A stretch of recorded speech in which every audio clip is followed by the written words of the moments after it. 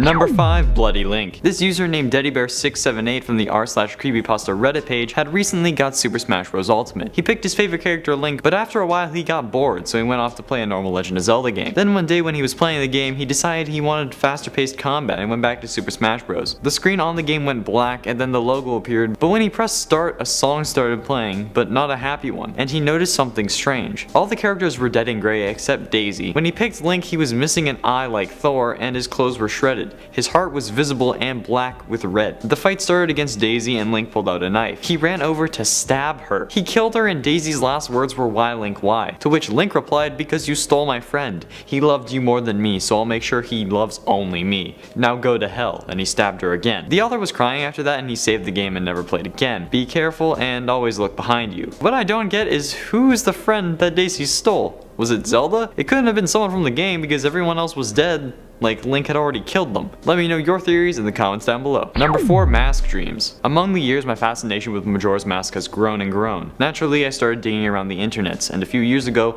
I stumbled upon the story of Ben. Nothing unusual until here. But in the last year, I started having a dream about a Majora's Mask once every 2 months, and they weren't the good kind of dreams. The mask itself became more and more alive in one series of dreams, and I often wake up in between. In the last one, I thought I had awoken again, and was glad it was over. I looked around the room and noticed that my TV was still on, but I could definitely remember having turned it off. That's weird. Didn't I shut it off before sleeping, I think? I'm awake, aren't I? Slowly something rises from the couch into my view. It's Majora's Mask, staring into my soul, when suddenly a voice asks, "Are you sure about your terrible fate?" Needless to say, I didn't go back to sleep after that. I watched TV until 4 AM. I turned my TV off and laid in bed, until the mask popped up in front of me again and asked the same thing. I shot awake and saw the time, and it was 2:30 AM, 2 hours after I had gone to sleep. I had dreamt of waking up from a dream, getting scared, watching TV, and being scared again, all in 2.5 hours. Number 3. Blood Moon. If you haven't played Breath of the Wild, the Blood Moon is a mechanic added to have enemies respawn as a more lore-friendly alternative to just reappearing. This can happen at annoying times like when clearing an area, but Twitch streamer RoanTV discovered that it can also unfold while the player is trying to defeat Ganon, and well, it can have some unintentional consequences. While being a sliver away from defeating Ganon, RoanTV encountered a Blood Moon, which caused a section of the game to restart, and Ganon had regained some of his health, almost up to half. However, after the stream is where things got weird. When you defeat Ganon on Blood Moon, the Blood Moon does as it's supposed to. It resurrects him during the final cutscene. What does he do, you ask? He destroys everything he can. The castle, the environment, and when the cutscene is finally over, you're met with burning ruins and complete genocide over the Hyrulean people. The next time there is a Blood Moon, all the characters are resurrected and you must fight them off too, resulting in a never-ending cycle of having to kill your once friends. I haven't played much of Breath of the Wild, with the exception at one of my friends' houses, but this seems game-breaking. Constantly having to kill your friends is rough. I've only done that like once or twice, but having to constantly do it over and over again? God. I mean in Skyrim, guys, come on. You kidding me? No, that's not where the other hosts have gone. Next number. Number 2, Soul Exterminator. Phantom Hourglass had just been released and this unknown author from the Creepypasta wiki was so excited to get it. He found a copy in an odd store with loads of Chinese things along with dirt and dust. A hooded man said he could give him the game for free. He just needed to take the Phantom Hourglass SE as well. The author assumed it was some special edition or something, and honestly fair enough. It didn't matter since he had the game. He ran home and shoved it into his DS. The game took a while to load, but when it did, the graphics were disgusting. Worse than Atari. In addition, the music was very depressing. When trying to make a new game, there was only one save slot, which is weird because when he's seen his friends play the game, there was always 2. The worst thing is that in the missing space was Link's decapitated head, with blood and wounds all over his face. Not to mention the exposed rotten flesh. The author thought the old man wanted to play a prank on him or something, or that he hadn't seen the screen properly, but it was all real. As he played through the game, all the characters were sad, but had the same dialogue. When faced with the first enemy, the author lost the battle. The screen showed the player, bloody and beaten, more disgusting and terrifying than before. The enemy began to eat the corpse of the player. The game said Diego is dead, but the author had set his character name to Link, not his real name. The game then said, if you failed to save Tetra, do you think you could save yourself? SE. His DS broke, then he heard a knock at his door. He looked out the window and saw the burnt and charred body of Link with a battered and bloody head. The author ran into his room, wrote this explanation, and can hear the footsteps coming up the stairs as we speak. Number 1, The Kill Waker. 3 years ago, the author FNAF Beal was looking to replay and finally finish Legend of Zelda Wind Waker, but no store had it. Later that week, his father went to a local loft and was looking for junk. Hey, my father does that. But then the author found it.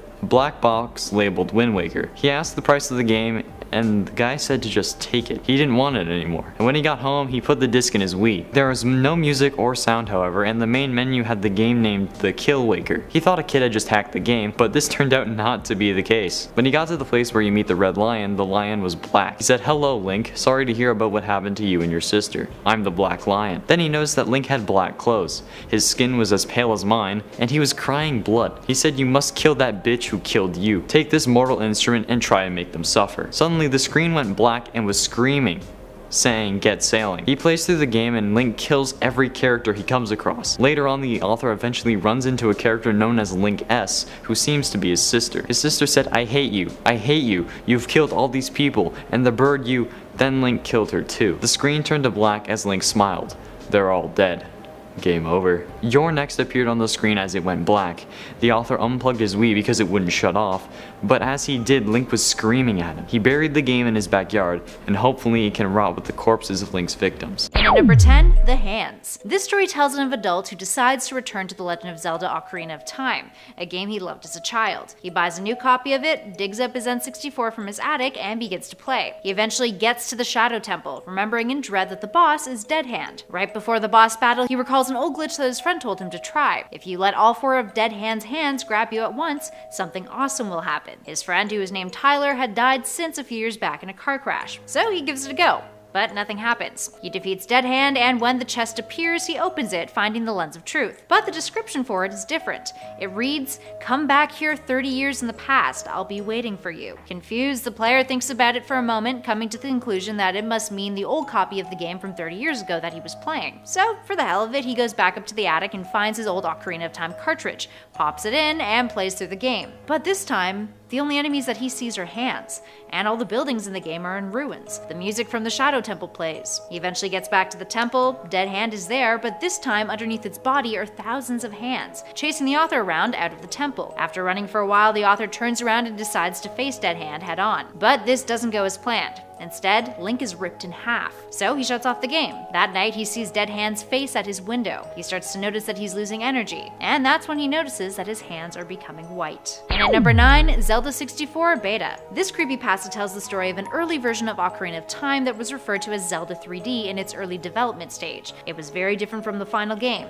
and was more so modeled after the original Zelda rather than A Link to the Past. The author tells of how his friend, who worked at a game shop, gave him a strange red cartridge that was marked Zelda with a piece of tape. According to his friend, it was brought to the shop by a man whose son had gone missing and was selling his old games. So the author goes home and gives the game a try. The game starts off with a title that simply reads The Legend of Zelda. The author then hits start, and a blocky-looking Link appears in a black space, with the only thing in sight being a strange temple. As he walks closer to the temple, the silence in the game is broken by strange noises. Upon entering the temple, it looks different than any other Zelda temple, and it's filled with booby traps and dead adventurers, and a lot of digital blood. Eventually, he enters what can only be described as a boss room. At the opposite end of the room is a giant face that looks as if it's been stretched over top of the wall, its eyes covered in moss. Not knowing what to do, he goes up to it and attacks it, and it's pretty bloody and gruesome. Eventually, the face turns into flames and reveals a door. He goes through the door, and turns out that all of this was just the tutorial. The screen turns white and then reveals an endless desert. The next day, the author continues playing, and playing, and playing. He roams the desert for hours. He finds ruins with indecipherable words written on them, and every time he completes a dungeon, the screen flashes white and he reappears somewhere in the desert again. The creepypasta ends with him telling his readers that as he continues to play, he knows that the game knows he's playing, and he just can't stop. Up next, number 8, Happiness for Sale. Happiness for Sale tells the tale of a strange man who comes into the author's town, who looks like he's in his 30s, has thinning red hair, tan skin, a very thin frame, is quite small, and is hunched over, carrying a heavy load of items on his back. The author, seated in the town square, notices that nearby children freeze and watch the man as he passes, utterly captivated. The man then pauses him and he freezes too, not knowing why, but eventually watches the man walk away. As the man turns away, he notices that the man has masks attached to the parcels on his back. The next day at the town square again, the author notices a new shop is opened, called Happy Mask Shop. He goes inside and there are people in there, but none of them are talking, just staring at the Happy Mask Man. The man nods his head and suddenly everyone leaves the shop, leaving the author alone with the Happy Mask Man. Then a boy walks into the shop and he and the boy stare at each other. The Happy Mask Man then grabs the boy by the throat. The child starts screaming, and the man starts to smile sinisterly. Then suddenly he eats the boy whole. In shock, the author runs out the door, but as he dashes out, he hears the happy mask man say, "Do you want a mask, my boy?" The author runs home. When he returns to the town square the next day, the shop is gone, and no one in the town seems to remember it even being there. Up next, number 7, Wind Waker. This one is about a player who decides to download ROMs of all the Zelda games, playing through to Wind Waker. Everything goes smoothly with the first couple of games, but when they eventually get to Wind Waker, the game doesn't work. So they try a bunch of different ROMs and programs. Still no luck. Eventually, 16 Google search pages in, they find a new link to try. To their relief, this time it does work, despite the download page looking kinda sketchy. Some of the textures of the game were a bit distorted, but according to what they read online, that was pretty normal for a ROM. So they continue playing. Everything is fine until they get to the end of the game. Every time they get to the Ganon cutscene, the game freezes and turns to black. Wanting to finish the game, they keep trying and trying, but it keeps freezing. On about the 20th attempt, as the game freezes, a text box appears. It reads, "You're a persistent one, aren't you?" So they restart the emulation again. Everything on the screen is red. An image of Link hanging appears briefly on the screen. So they close the emulation, all freaked out. Eventually, they go back to the page that they downloaded it from just to see if it's some kind of joke. But the page that it came from has disappeared too. They can't find it. So they load up the emulation again. This time, their save file reads, "Try again." Despite being creeped out, they open the save file. This time, the cutscene plays through, but in the battle, Link is trying to fire an arrow with an invisible bow. Ganon kills Link, and it's particularly bloody. The player shuts it off. Loads up the try again save file once again. The cutscene this time shows Zelda lying on the ground, her eyes wide open, looking deathly. Weird things like this continue to happen time and time again, so the player decides to delete the emulator. A week goes by. The player is on YouTube late at night. That's when something weird happens. The emulator window opens up on their screen. Wind Waker begins to load up. Every time the player tries to quit it, the same text appears on the screen. You failed. And at number 6, Midna's Sorrow. A player buys a copy of Twilight Princess in this one. They play it, make a substantial amount of progress in the game, but eventually, as other games are released, they stop playing it. 2 years pass. Player, bored one day, decides to give the game another go. When they start it up though, they immediately notice that a lot of the progress that they made in the game has been erased somehow. Things are missing in their inventory that they recalled getting. Confused, they believe that maybe they just remembered incorrectly, and decide to keep playing. They encounter Midna, who begins to talk to them, and says, "Link, where were you all this time? You were gone for so long. We lost everything. I was so sad. And Zelda, ... Confused as Wolf Link, the player takes off, but soon the player realizes that they're not in control of Link anymore. That's when another text box appears that says, "Don't worry, Midna, I'll protect you."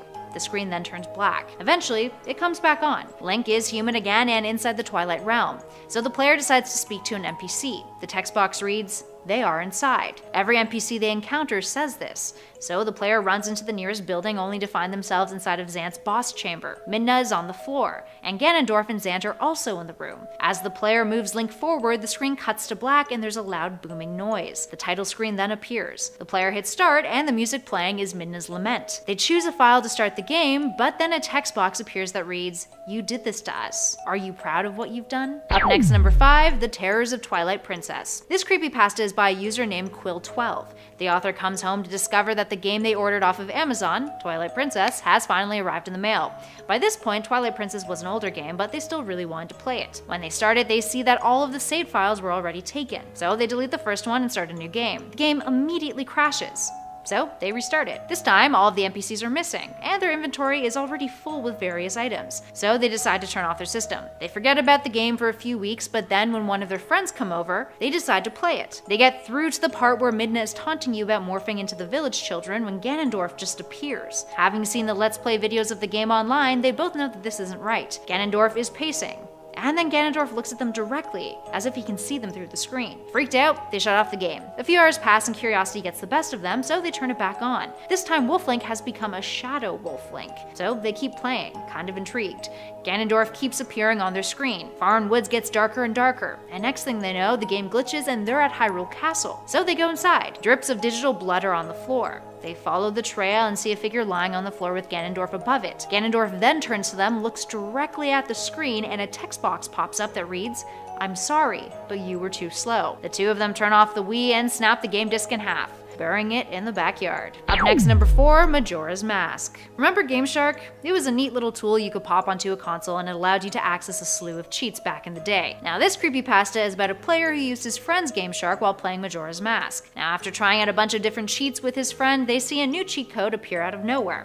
So they decide to try it out. They discover that it freezes time outside of the snow temple, right before a couple of minutes from midnight. Strange pixels appear as they explored, and no enemies were around. So they decide to keep playing and reach the end of the game. But the final cutscene wasn't triggered. Instead, the moon kept getting closer and closer. That's when they realized that an image of Majora's Mask was on the surface of the moon, made of strange-looking pixels. The closer it got to them, they began to notice a flickering of images on the screen, all of disturbing content. A hand then appeared and pulls off the mask to reveal the face of a screaming skull kid. It spoke words, saying out loud, "You lost the game." The screen then goes black. According to his friend, it was an alternate ending that was hidden in the code of the game. But it all seemed really strange to the author, and too paranormal to have really been the case. They haven't tried playing it since. In at number 3, The Glitch. In this creepypasta, the author tells a tale of how they decided to return to one of their favorite games, The Legend of Zelda: Majora's Mask. So they start a new game. It's exactly how they remember, except when Skull Kid appears to steal Epona, Link gets dragged to the ground trying to hold onto the horse. Game Over then appears on the screen. The author's shocked, so they hit continue. The game picks up right before Skull Kid appears. They go into their inventory to see that it's now filled with ocarinas, so they continue to play even though they feel a little bit uneasy. They get to the part where Link is transformed into a Dooku scrub. Link just suddenly dies again. Frustrated, they hit continue once more. Link continues to die at strange points from then on,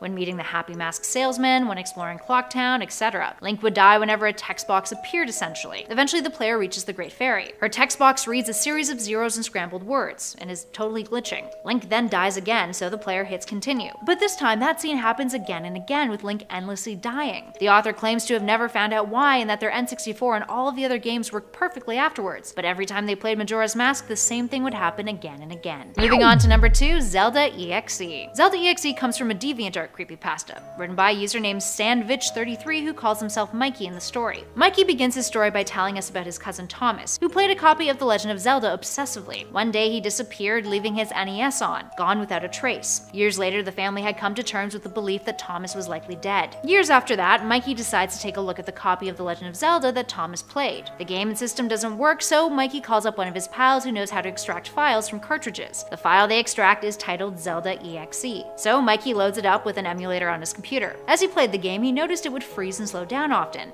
with NPCs half finishing their dialogue. He continues to play, speaks to one elder NPC, and the text box reads, "Dad?" Mikey, freaked out, resets the game. This time though, his new save file is replaced by Thomas's old one. Another NPC speaks to him and says, "Dad, is that you?" Mikey continues to play. Later in the game, another NPC says to him, "Wait, you're not my dad." That's when the game freezes. There's a jumble of sound effects and the game resets itself. Mikey then swears he saw a flicker of an image that looked like Thomas on his screen. Then he also notices that there's an AVI file now on his desktop that contains a video of his gameplay. Confused, Mikey shuts off the computer. A year later, Mikey stumbles upon the Ben Drowned Zelda Creepypasta. More on that later though. It gets him thinking, so he revisits the game. It continues where it last left off, except this time more text appears as he plays through, and there's a lot of glitches. The text reads, "They all perished. No one could save them, and the new dawn will rise." Now a new AVI file appears titled New Dawn, after another image of what Mikey claims is Thomas flashes on the screen. That night, Mikey notices that the emulator file is now an NES file. The game is where he left off, except now Mikey hears weird laughter. He decides to drag the file into his recycle bin. But as he does that, a new file appears that is titled playme.nes. So Mikey does. Another Link sprite appears on the screen in front of his own. A caption appears that reads, "It's time." So he tosses his sword at the sprite, and the words, "You've met with a terrible fate, haven't you?" then appear on his screen. So creepy. And lastly, in at number 1, Ben Drowned. So why is that last message in our previous number so creepy? Well, it's because of this creepypasta, which is the most famous Zelda one of them all, Ben Drowned. It's the tale of a haunted Majora's Mask cartridge, the game in the franchise that is arguably the darkest and creepiest title that many speculate is about Link coming to terms with his own death, going through the 5 stages of grief. The urban legend is about an American student who was given an N64 to play in his college dorm room. He eventually gets his hand on a copy of Majora's Mask, which is a blank cartridge that has the word Majora written on it in Sharpie. Starting the game, there's a save file on it under the name Ben. Instead of choosing Ben, the student starts his own file calling it Link. The game has a few glitches though, and all of the NPCs call him Ben rather than Link. The student decides to delete the Ben save file in an attempt to get rid of the glitching. Restarting his game, there's even more glitches this time, with the music playing backwards, and Link repeatedly catching fire or drowning. The NPCs also keep talking about Ben and that Ben drowned. The message, "You've met with a terrible fate, haven't you?" keeps appearing on his screen. So the student decides to post about his progress with the game, keeping track of what's happening, posting videos of his gameplay. In his blog, he writes that he begins to see Ben in his sleep. Now there's different versions of how the story ends, depending on the source source that you're reading it from. Some say that the student destroyed the cartridge, but the creepiest one tells of him mysteriously disappearing, with his roommate discovering all the video files and his blog, responding to everyone online who was questioning where the student had gone and why he had stopped posting. According to the roommate, he and all of his things just disappeared one day, out of the blue, and he hasn't heard from him since. In at number 10, Zelda 64 Beta. This is a tale of a glitched Zelda game that reacts to players and offers a free roaming feature chock full of very disturbing imagery and sounds to match. Each time he restarted the map, the player would notice that it would change slightly, so he would have to continue based on only his instincts from the last time that he was in the game. He described the background music to be sounds of moans, sobs, yells, and kind of weird scratching noises. Each temple he explored had a very similar outcome as well. He would reach a large gray colored face with sunken eyes and cracked lips that he would then attack with Link's sword, only to notice that the boss would just burst into flames and fade into a new doorway for him to explore. The first entryway led the player to a white screen that faded them into an endless looking desert. After making their way through the next dungeon and reaching the top of the spiral staircase, they came to a platform with a large arrow pointing off the edge. And because it was the only option, they jumped off the edge and the screen flashed to white again, bringing the player to another new area. It seemed as though someone had created a version of Zelda that reacted to the player's fears and seemingly never ended. The player then warns at the end of the story that it may be a game, but it knows that you're playing. Number 9, The Hands. This creepypasta happens when a player buys a used copy of Zelda and notices something is off when they enter the Shadow Temple. After they drain the well, they notice the evil character Dead Hand, except not its infinite hands, just a single one sticking out of the well. When he defeats Dead Hand, a message saying, "Come back here 30 years in the past, I'll be waiting for you." He knew the game must have meant his 30-year-old copy of Zelda he had up in his attic, so he finds the copy, loads it up, and sure enough, long white bloody hands are sticking out of the ground everywhere. An NPC even leaves him a chilling message that Dead Hand had destroyed their world for the last 30 years because the player left the game. When he comes face to face with Dead Hand, he's not so easy to defeat him this time. The villain completely destroys Link, even pulling out his organs, ripping him apart. The player immediately shuts off the game and locks it in his attic. The game, however, still haunts him to this day. He sees Dead Hand's face at night, and every day his own hands grow thinner and whiter. Number 8.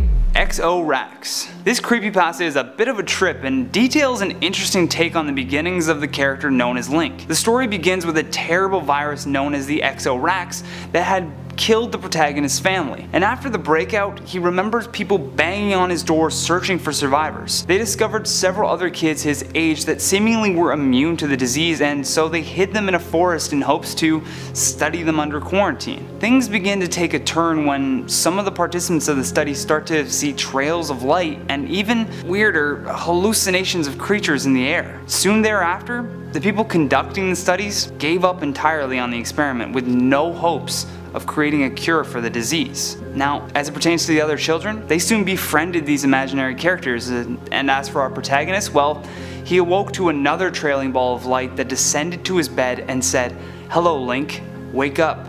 The great Deku Tree has summoned you." Number 7, Happiness for Sale. This story is about a real-life version of the Happy Mask salesman. Our protagonist has an interaction with the salesman that it's just creepy beyond belief. He first sees the salesman walking down the street, staring into people's souls with a giant grin on his face. Everyone he passed was left speechless, and when he reached our protagonist, he noticed the man wasn't a man at all. He appeared to be a demon who was ageless. The following day, he noticed the salesman had a shop in the town village and was welcoming people into it, yet not a word was ever spoken. The silence was deafening, so the boy decided to explore the shop, and on his way in, several people left with masks and glazed looks in their eyes. When he was about to confront the salesman as to his true identity, a young boy then walked in with his hands open, assuming asking for a mask, and the Happy Mask Man cracked open his jaw and began eating the child. Terrified, our protagonist tries to run as the Happy Mask salesman reveals a new mask that he's made from the child's skin that he just consumed. He rushes home to tell his parents, who then venture back into town to confront this evil character, although when they arrive, the shop is gone. Our protagonist leaves us with this note: if you see a man in your hometown claiming to sell masks, a man who looks off and seems to be hiding something sinister, stay away from him. He isn't human. Whatever it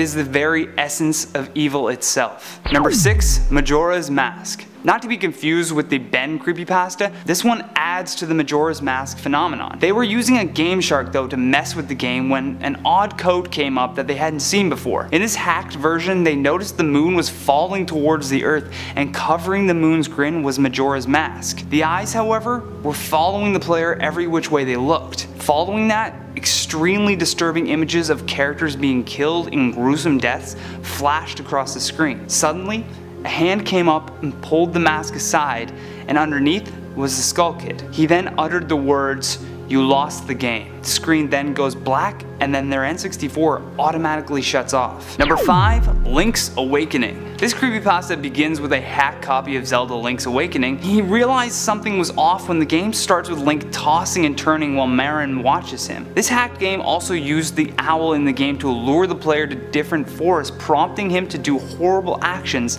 with the sword that he just found. Throughout the game, the player could hear horrible sounds of screams and loud screeching noises anytime he had defeated a character. And after resetting the game to check and make sure that it wasn't a glitch, things became even darker than before. The file name was changed from Link to Black, and the owl was still there, ordering the player to do strange things. They come across a black sword and a wand, and when picking up the wand, the screen flashed, and every tree in the game was now on fire, and every interaction he had with the character soon led to their demise. Always with the owl closely in proximity. They would say one last thing, then a flash, followed by a gruesome and very realistic death. Number 4, The Final Days. This creepypasta is almost a fan-made origin story for Majora's Mask. It begins with a man and his team setting out to create towers to replace an old bloody history of their land. They traveled to a valley near an abandoned castle on the edge of a desert and began construction. The man's son is the protagonist in this storyline, and as it continues, he describes hearing strange noises throughout the night while they were going through with the construction. And on one fateful night, a member of their construction team stumbled back to camp bloodied and terrified. He had a message for the team that the Guardians were watching. He also carried with him a mask that seemed to hypnotize the crew. Even with danger all around them, they continued to build the towers, and anytime the son tried to speak with his father, he could only utter the words, "For Majora, son. We're doing this for Majora." Number 3, Wind Waker. The player hoping to find a download for Wind Waker spent hours searching for a ROM, but time after time they all failed. It wasn't until he was on the 16th page of Google where he found a link to The Legend of Zelda The Wind Waker download. And in a turn of events, the game begins taunting the player, even calling him out by name, after he watched Link be killed in the most gruesome of deaths possible. The game actually said, "You must continue, Evan." And after shutting off the emulator and deciding to explore YouTube, the emulator and the game just started up on their own. Except this time, he just saw countless dead bodies surrounding a tree, but they didn't resemble any of the characters he knew from the game. And when he hit the start button on each game save file, it just said, "You failed." Number 2, What If I Told You? This creepypasta is more so a letter to Skull Kid from Mayor Detour. This unique creepypasta tells the story of the clock tower and its malevolence within. It also hints at the reason why Majora's Mask called to the Skull Kid. Perhaps this letter was the reason why he sought it out in the first place. It urges him to seek out the Happy Mask salesman and steal the mask to use its almighty powers to end corruption. The letter goes into great detail as to why certain strange happenings go on, from children being tortured to human sacrifices to ward off a giant creature that returns with every full moon. He ends the letter by saying, "I hope you plan this well, because it will be my final request. I hope it is for the best after all."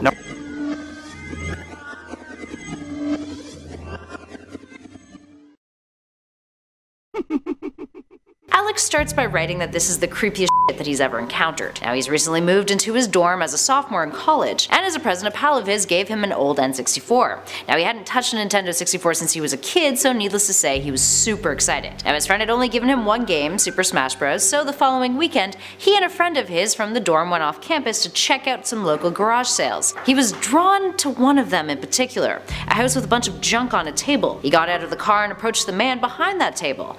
It was an elderly man. But something was slightly off-putting about his appearance, although Alex couldn't put his finger on it. The man asked him what he was looking for, and Alex said, old video games. To his surprise, the man said he actually had one in an old box inside of his garage. Feeling slightly weirded out by the awkward situation and the intense eye contact, Alex waited politely. But to his surprise, the man came back with an N64 cartridge, and on it, written in marker, was the word Majora. The old man smiled and said that he could have it for free. It belonged to a kid around his age that didn't live there anymore. Alex said thanks, despite something still putting him off about the man, and headed back towards his car. As he walked, he examined the cartridge. It was pretty shady, but hey, it was free, so why not test it out and see if it'd work. As he left, the old man called out something behind him that sounded like, "Goodbye then." Back at his dorm, Alex booted up the game, and to his surprise, it actually worked. Jackpot! There was one saved file on the cartridge titled Ben. That's when Alex felt bad. The old man, probably a little senile, was calling out goodbye Ben when he left, not goodbye then. He sighed, supposing that he reminded him of his grandson Ben. Alex turned his attention back to the game. He decided out of curiosity to check out the save file. Now from a glance you could tell that Ben was pretty far in the game, having almost all of the masks and 3/4 remains of the bosses. He was on day 3 and by the Stone Tower Temple with barely an hour left before the moon would crash. What a shame that he'd come so close to finishing the game and never did. Alex exited that save file and started his own, calling it Link, out of tradition of course. As he played the game he noticed that everything was really smooth. No textures were out of place, there was no minor hiccups, it seemed really polished all things considered, and a little bit better than what he remembered. But there was an odd occurrence that kept happening. Some of the NPCs in the game would refer to him as Link, while others would refer to him as Ben. After a while Alex was slightly creeped out by this, so he went back into the menu of the game and deleted the Ben save file, hoping that this would solve the problem. It didn't, and at times NPCs wouldn't call him anything at all. Only a blank space would appear where his name should be.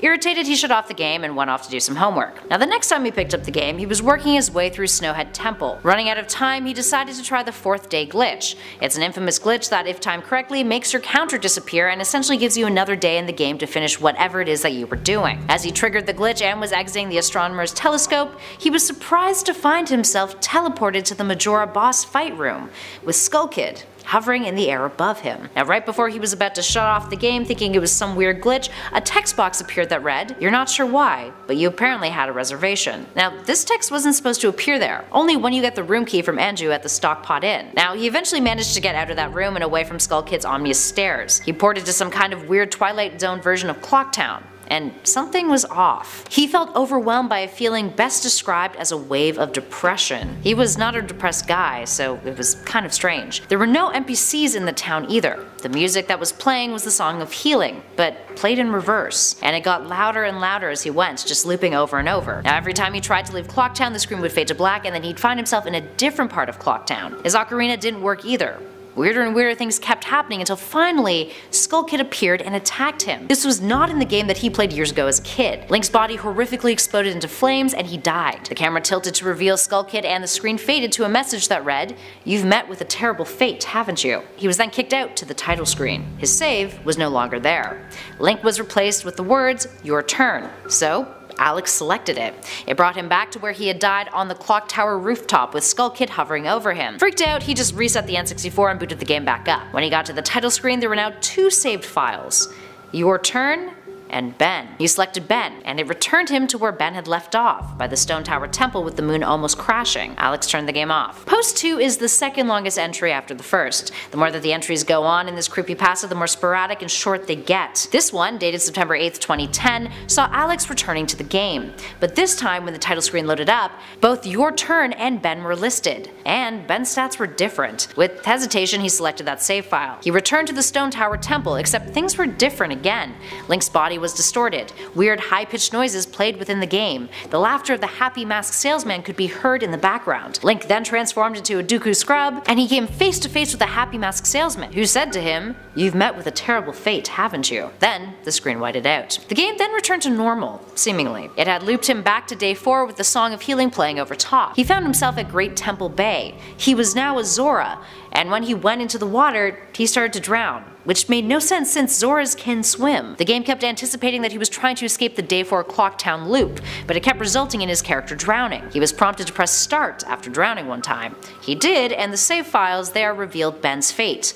One read Ben, the other drowned. The next several entries are scattered. Alex continued to play and witnessed weird events. At one point, a clever bot began to chat with him on his computer, and based off the things he said, Alex gauged that the clever bot was actually the ghost of Ben. He began to fear that Ben wasn't just contained to this cartridge of Majora's Mask, but that he may be out in the world. Alex began to upload some of the strange occurrences that he witnessed in the game to YouTube, and he tried to copy files from the game onto his computer, ripping them. His next few entries contained bits of writing that read, "He isn't responding to me on Cleverbot, it's just giving the generic response it usually does." And another one read, "I think Ben is mad at me." Alex recounts his dreams in his entries, where events and NPCs in the game have started to seep into his sleep. "You've met with a terrible fate, haven't you?" He sees the happy masked salesman's smile turn into the most horrific smile that he's ever seen. Then at one point Alex claims that Ben won't let him access YouTube, and that the air in his dorm is becoming constrictive, and that he doesn't think that he's alone. His last note says to not download any of the videos that he had posted on YouTube about the incident, or any of the files that he had ripped from the cartridge. The final entry makes it clear that he plans on burning the cartridge and destroying his laptop,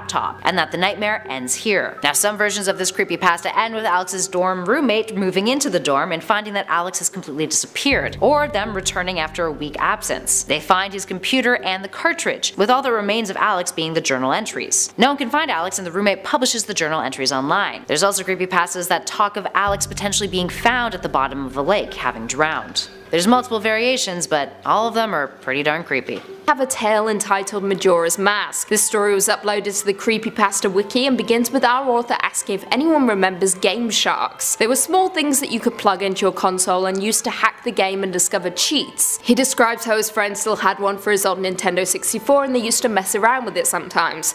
Our author ended up finding a used copy of Majora's Mask and realized him and his friend had never tried to hack it. So he dropped a $5 on the game, called up his friend, grabbed some beer and went over to his house for some retro gaming. The pair were having a great time, making Link fall through floors and walk through walls. They even found a code that caused a huge number of those little annoying dogs to spawn, swarming the map and causing chaos. After the handful of cheats they used got boring, they decided to run the code search on Game Shark. Oddly enough, the Game Shark came up with a brand new code sequence, one they had never seen before. The pair were slightly tipsy from the beer and bored with throwing infinite bombs, so they punched in the code and fired up the game. Now, Game Sharks have a tendency to cause minor glitches, so neither of them were surprised when the game completely skipped over the menu screens and jumped directly into the action. They were teleported outside of the snow temple and the clock was stuck at a couple minutes to midnight on the 3rd day. The moon was leering at them from the sky, nearly ready to crash into the ground. Aside from the frozen time, the game seemed to be functional, so they pushed forward on the control stick and sent Link off in an exploration of the world as it teetered directly on the brink of apocalypse. The two noticed that there was a distinct lack of enemies and strange patterns of pixels that would randomly appear and disappear. Of course, after a while they got pretty bored since they had nothing to kill,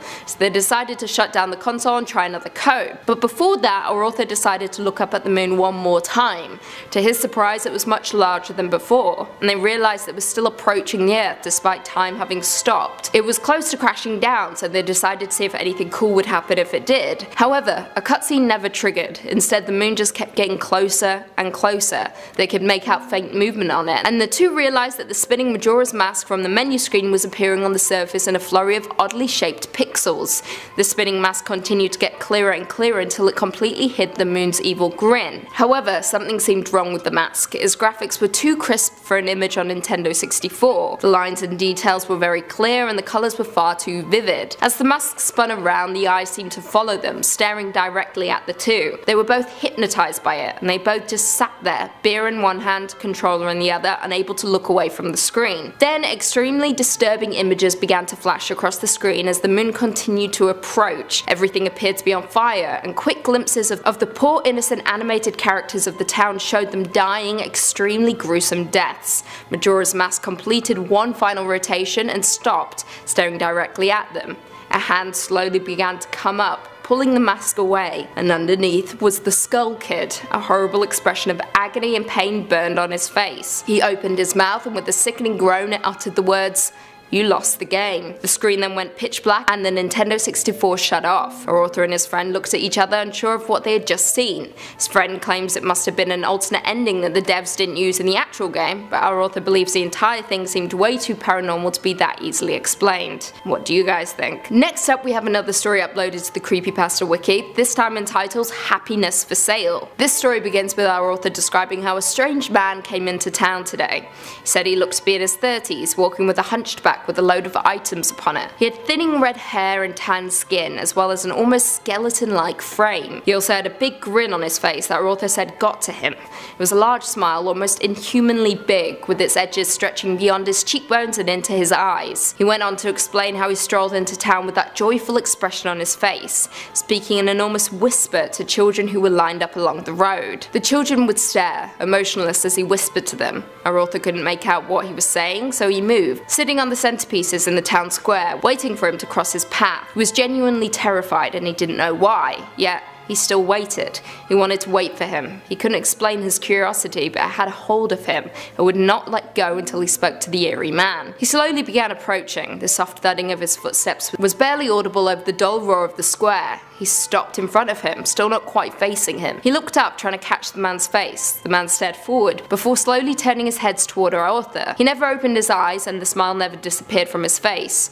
Turning his head towards our author, he opened one eye, staring directly at him with it. He slumped down, an incredible fear that he had never felt before hitting him like a wave. The man didn't say a word, he only stared into our author's eyes. The smile felt like it was looking at him, almost like there was a true man behind it. He couldn't explain it, but to put it best, the smile seemed ageless, eternal. It echoed in our author's mind into infinity. His body began leaning away from him. He began to walk away, and as he did, he noticed that the man had masks on his back. He must have been a collector of sorts. That night our author couldn't sleep. All he could think about was the meeting with the man in the square. He didn't say anything, but he felt as if he completely disemboweled him with one glance. Our author became obsessed with the very thing that terrified him the most, vowing that the next day he would search for him and see if he was in the town. The next day he ate breakfast and ran to the square. He saw a small group of people gathered around a small vacant building in the corner. He ran over to see him, demon, standing in front of everyone. He had his hands together and was speaking about how he was opening his Happy Masks shop here in the square. He preached and preached, come one, come all, to the crowd. They all seemed mesmerized. Finally he finished and headed inside the small building. A small sign next to it read, Happy Mask Shop. Happiness is just a mask away. Our author ran inside the building, needing to know more. There were already a few people in there, yet it was silent. No one was talking. What was going on? He then saw a man, a child next to him, and a woman behind him, yet none of them were saying anything, only staring at the Happy Mask Man. Our author approached the man, and he asked him about the shop, as well as where he came from. Silence. He didn't say anything, he just kept grinning. Our author was becoming irritated, yet simultaneously more frightened too. He stepped back towards the door, asking that Happy Mask Man to answer him. Just then a child walked in. It was a boy, not over 5 years old. He walked up to the Happy Mask Man. The man stood there, hunched over the boy. The boy held out his hands, expecting a mask perhaps. The Happy Mask Man opened his eyes, both of them, and stared the most evil glare he had ever seen at the child. Just then the salesman's mouth began opening, still smiling. It grew wider and wider until it was at least a foot wide. He could hear the man's jaw snapping as it opened. Horrible sounds began to sound from the man. Then all of a sudden the child was halfway down the salesman's throat. The boy was gone. Our author began crying hysterically, yet he couldn't move. The Happy Mask Man turned towards him, his mouth still hanging wide open. He then put his hands to his face. A strange glow began to appear around his hands. Slowly he peeled his hands away from his face. A repulsive stretching sound could be heard as skin appeared to be getting pulled off. He arched his back until his hands were separated from his face by a clump of flesh at least 2 feet long. This man was a monster. The flesh tore off, leaving just the grinning face behind. He stood there with a mass of skin in his hands. Slowly the skin began moulding and contorting. Our author backed into a corner, but before he knew it, the skin had turned into a small shape in his hands. He held it out, showing him his new prize. It was the child's face. He made a mask out of the flesh.